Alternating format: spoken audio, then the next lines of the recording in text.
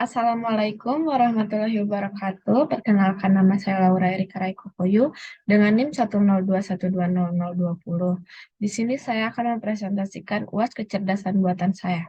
Pertama-tama saya mencari datasheet yang ada di Kaggle Datasheet dengan mencari supervised learning. Saya akan memakai data tentang penyakit lardiospaskular atau gagal jantung.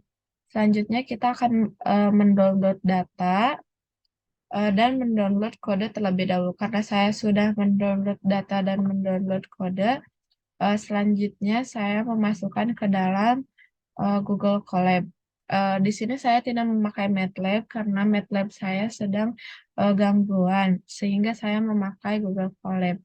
Setelah saya memasukkan data dan kode ke dalam Google Colab, selanjutnya di sini sudah ada codingannya dan didapatkan hasil yaitu sebelum ke hasil saya akan menjelaskan penyakit lardiospaskular terlebih dahulu. Penyakit ini adalah penyakit kematian nomor satu secara global, memakan waktu sekitar 17,9 juta jiwa tiap tahunnya. Gagal jantung adalah kejadian umum yang disebabkan oleh penyakit lardiospaskular dan kumpulan data ini berisi tentang 12 fitur yang dapat digunakan untuk memprediksi kematian akibat gagal jantung. Sebagian besar penyakit kardiovaskular ini dapat dicegah dengan mengatasi faktor risiko perilaku seperti penggunaan tembakau, diet yang tidak sehat, dan obesitas, pengurangan aktivitas fisik, pengurangan alkohol yang berbahaya, dan menggunakan strategi di seluruh populasi orang dengan penyakit kardiovaskular atau yang berada pada resiko penyakit ini, yaitu ada pada usia, penurunan sel darah merah atau hemoglobin, pasien yang menderita hipertensi, tingkat enzim CPK dalam darah, pasien yang menderita diabetes, persentase darah yang meninggalkan jantung pada setiap kontraksi, ada tentang gender, wanita atau pria, juga tentang trombosit dalam darah, tingkat keratin dalam darah, tingkat natrium dalam darah, jika pasien merokok, periode tidak lanjut, dan jika pasien meninggal selama masa tidak lanjut. Maka untuk memprediksi kemungkinan pasien meninggal karena gagal jantung dengan menggunakan datasheet sebagai berikut. Ini merupakan data yang sudah saya ambil dari Kaggle datasheet yang sudah saya cari. Selanjutnya, ini merupakan variabel target. Selanjutnya, ini merupakan histogram fitur numerik. Di sini ada tentang age atau usia, keratin phosphokinase, ejection fraction, platelets, serum keratin, dan juga time. Selanjutnya, dari data yang sudah didapatkan pada fitur numerik, maka akan didapatkan box plot fitur numerik sebagai berikut.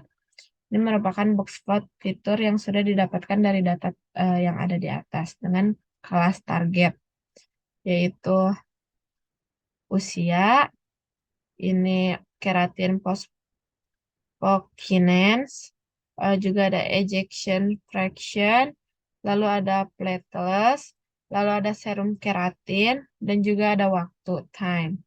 Kategori distribusi dengan kelas target dapat dilihat pada data berikut. Ini ada anemia, diabetes, high blood pressure, gender atau seks, dan smoking. Kategori distribusi dengan kelas target. Selanjutnya, kita akan memanipulasi data yang hasilnya akan seperti berikut. Ini untuk data dalam usia, ini untuk data untuk anemia, ini untuk keratin phosphokinase, ini untuk diabetes, ini untuk ejection fraction, ini untuk high blood pressure, ini untuk platelets, Ini untuk serum keratin, ini untuk serum sodium, ini untuk gender, ini untuk smoking, dan ini untuk time. Lalu selanjutnya seleksi menggunakan fitur random forest. Dapat dilihat di sini, ini merupakan seleksi fitur menggunakan random forest. Selanjutnya kita permodalan data. Yang pertama ada menggunakan KNN atau Key Nearest Neighbor Classifier. Didapatkan pada nilai KNN ini presisi not gonna die atau tidak akan mati yaitu 0,86 atau 86%, lalu recall-nya 0,83, F1 skornya 0,85 dan supportnya 162. Sedangkan yang mati atau will die precision-nya adalah 84%, recall-nya 0,87, F1 skornya 0,85 dan supportnya 162. Akurasinya yaitu ada makro AVJ dan weighted AVJ. Selanjutnya, yang kedua ada eh, berdasarkan SVM atau Super Vector Machine. Dapat dilihat pada klasifikasi SVM linear ini, not gonna die precision-nya yaitu 0,84, sedangkan will die 0,85. Untuk ini hard margin dan untuk klasifikasi SVM untuk soft margin yaitu not gonna die 0,86, sedangkan untuk yang hidup yaitu 0,83. Ini merupakan menggunakan decision tree. Pada decision tree atau pohon keputusan seringkali memiliki keputusan ortogonal atau semua pemisah tegak lurus terhadap sumbu yang membuatnya sensitif terhadap rotasi set pelatihan. Sangat mungkin bahwa model tidak akan menggeneralisasikan dengan baik. Salah satu cara untuk membatasi masalah ini adalah menggunakan analisis komponen utama yang seringkali menghasilkan orientasi lebih baik dari data pelatihan. Masalah utama dengan pohon keputusan adalah bahwa mereka sangat sensitif terhadap variasi kecil dalam pelatihan. Selanjutnya ini menggunakan random forest. Didapatkan nilai presisi yang akan mati yaitu 0,88 dan tidak akan mati yaitu 0,88. Ini merupakan evaluasi model pada model-model yang sudah kita coba yaitu ada KNN, Logistic Registration, Linear SVM, Non-Linear SVM, Decision Tree, dan Random Forest.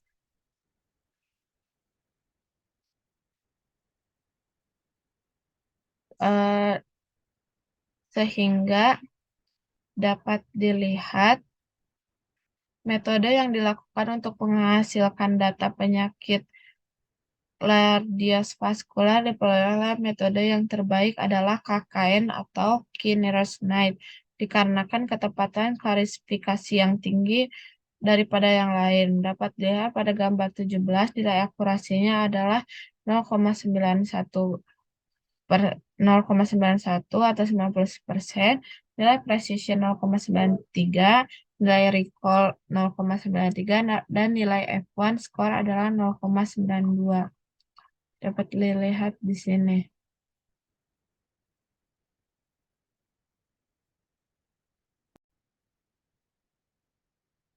Selanjutnya saya akan menjelaskan nomor 2. Nomor 2 sama seperti nomor 1, tetapi menggunakan metode unsupervised learning. Saya akan mencari unsupervised learning. Setelah itu, karena saya sudah mendapatkan data, saya sudah memasukkan kode dan data yang sudah saya download terlebih dahulu, dan saya menggunakan tema perbandingan metode klasifikasi unsupervised learning pada data Bank Alive. Di sini karena saya sudah memasukkan kode dan data, sehingga ini merupakan codingannya. Setelah itu saya akan menjelaskan Bank Alive. Bank Alive ini akan berfokus pada basis pelanggan kartu kreditnya di tahun berikutnya. Tim riset Tim riset dari Bank Alive akan menyarankan improve di pasar dapat ditingkatkan. Berdasarkan masukan ini, tim pemasaran mengusulkan untuk menjalankan kampanye yang dipersonalisasi untuk menargetkan pelanggan baru serta meningkatkan penjualan ke pelanggan yang sudah ada. Pada data yang dimasukkan ini adalah data dari berbagai pelanggan bank dengan batas kredit mereka, jumlah total kartu kredit yang dimiliki pelanggan, dan berbagai saluran yang digunakan untuk pelanggan untuk menghubungi bank untuk pertanyaan apapun. Saluran yang berbeda termasuk mengunjungi bank, online, dan melalui pusat panggilan. Ini merupakan kode-kode yang ada dalam data, yaitu nomor seri pelanggan, identifikasi pelanggan, batas kredit rata-rata, jumlah total kartu kredit, total kunjungan bank, total kunjungan online, serta total kunjungan yang dilakukan. Ini merupakan data dari Bank Alive. Dari data yang sudah diproses dan dianalisis, didapatkan ringkasan statistik dari data tersebut, yaitu sebagai berikut. Ini merupakan data dari ringkasan statistik. Dapat dilihat bahwa rata-rata batas kredit adalah sekitar 35.000 dengan 50% pelanggan memiliki batas kredit kurang dari 18.000, yang menandakan bahwa kemiringan positif yang tinggi. Serta dapat dilihat standar deviasi di mana variasinya cukup tinggi dalam batas kredit. Rata-rata kartu kredit yang dimiliki setiap pelanggan adalah 5. Beberapa pelanggan memiliki 10. Rata-rata sebagian besar interaksi pelanggan dilakukan melalui telepon atau online. Selain itu, beberapa nasabah tidak pernah menghubungi atau mengunjungi bank. Dari ringkasan data yang sudah didapatkan, maka diketahui pada setiap variabel yang akan diperiksa distribusi dan outlier untuk setiap variabel dalam data adalah sebagai berikut. Ini merupakan data-data variabel data yang didapat dari ringkasan statistik berikut. Selanjutnya, banyak outlier dalam batas kredit rata-rata. Pelanggan dengan kredit tinggi menyebabkan kecondongan kunjungan online sebagai besar antara 1 dan 4 dengan beberapa outlier dengan lebih dari 7 ke atas. Lalu periksa korelasi antar variabel yang berbeda. Di sini kita akan mulai untuk memodelkan, yaitu pertama dengan menggunakan teknik K-means. Menggunakan teknik algoritma K-means pada data yang diskalakan dan jumlah klaster yang optimal untuk digunakan. Menggunakan 3 langkah, yaitu inisiasi kamus untuk menyimpan SSE untuk setiap K, jalankan untuk rentang K, dan simpan SSE untuk setiap proses. Yang ketiga adalah plot SSE versus K dan temukan sikunya. Dari plot yang didapatkan belum memenuhi apa yang diinginkan. Pada K-means diinginkan K3, maka datanya disesuaikan sebagai berikut. Ini merupakan data teknik K-means, sehingga didapatkan klaster pada data tersebut, yaitu sebagai berikut. Diketahui bahwa grup 0, yaitu pelanggan dengan batas kredit minimum rata-rata 12.000. Selanjutnya, mereka memiliki jumlah kartu kredit rata-rata paling sedikit, yaitu masing-masing 2 kartu. Lalu, mereka cenderung melakukan panggilan telepon daripada kunjungan bank. Lalu, selanjutnya, grup 1, yaitu pelanggan dengan batas kredit menengah, yaitu rata-rata 34.000. Mereka juga memiliki jumlah kartu kredit rata-rata menengah, yaitu masing-masing 6 kartu. Dan mereka cenderung lebih sering mengunjungi bank daripada melakukan panggilan dan transaksi online. Selanjutnya, grup 2. Pelanggan dengan batas kredit maksimum rata-rata 140.000. Mereka memiliki jumlah kartu kredit rata-rata maksimum 9 kartu, dan mereka cenderung melakukan transaksi online daripada panggilan telepon dan kunjungan bank. Selanjutnya, menggunakan Gaussian Mixture Model. Untuk menentukan Gaussian Mixture Model, gunakan data yang sudah dibuat sebagai berikut. Ini merupakan Gaussian mixture model, eh, data Gaussian mixture model. Dari data tersebut didapatkan klaster pada data yaitu sebagai berikut ini. Dan diketahui bahwa pada pelanggan dengan batas kredit minimum yaitu rata-rata 12.000, mereka memiliki jumlah kartu rata-rata paling sedikit 2 dan cenderung melakukan panggilan telepon daripada kunjungan bank.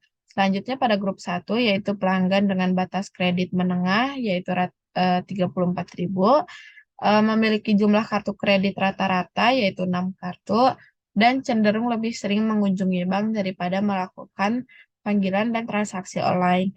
Yang grup 2 yaitu pelanggan dengan batas kredit maksimum rata-ratanya 140.000, memiliki jumlah kartu kredit yaitu 9 kartu dan cenderung melakukan transaksi online daripada panggilan telepon dan kunjungan bank. Selanjutnya memodel untuk menggunakan median atau medoids. Untuk menentukan medoids, gunakan data yang sudah dibuat sebagai berikut. Ini merupakan data yang akan digunakan pada teknik median, sehingga didapatkan klaster pada data tersebut yaitu berikut ini. Diketahui bahwa grup 0 yaitu dengan batas kredit minimum yaitu 12.000 memiliki jumlah kartu kredit paling sedikit yaitu 2 dan cenderung melakukan panggilan telepon daripada mengunjungi bank.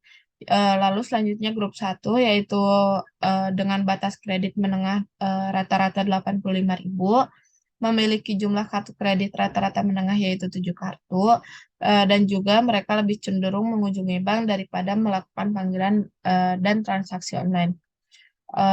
Lalu yang terakhir grup 2 yaitu pelanggan dengan batas kredit maksimum 28.000 memiliki kartu kredit dengan rata-rata maksimum yaitu 5 kartu dan melakukan transaksi online daripada panggilan telepon dan kunjungan bank. Sehingga hasil perbandingan dari Kamis dan K median yaitu sebagai berikut. Ada grup 01 min, 02 min, 0, dan 02 min. Lalu selanjutnya ada grup 0 median, grup 1 median, dan grup 2 median. Dapat dilihat dari ketiga metode yang sudah dilakukan yaitu K-means, Gaussian mixture model, dan K-medoids atau median, pada data yang didapatkan antara K-means Gaussian model dihasilkan data yang sama antara keduanya. Output yang dihasilkan juga sama, sedangkan jika K-means dibandingkan dengan K-median terdapat perbedaan. Kedua algoritma tersebut menghasilkan satu klaster yang identik yaitu klaster 0 yang memiliki profil yang sama. K-medoids mengelompokkan titik data secara berbeda dari K-means yang dapat beralasan dengan fakta bahwa memusatkan titik medan bukan rata-rata seperti di K-means. Ini tampaknya telah mendorong K-means untuk memperluas klaster 2 karena sentroid terus bergerak menuju outlier. Sekian dari saya. Mohon maaf jika banyak kesalahan. Assalamualaikum warahmatullahi wabarakatuh.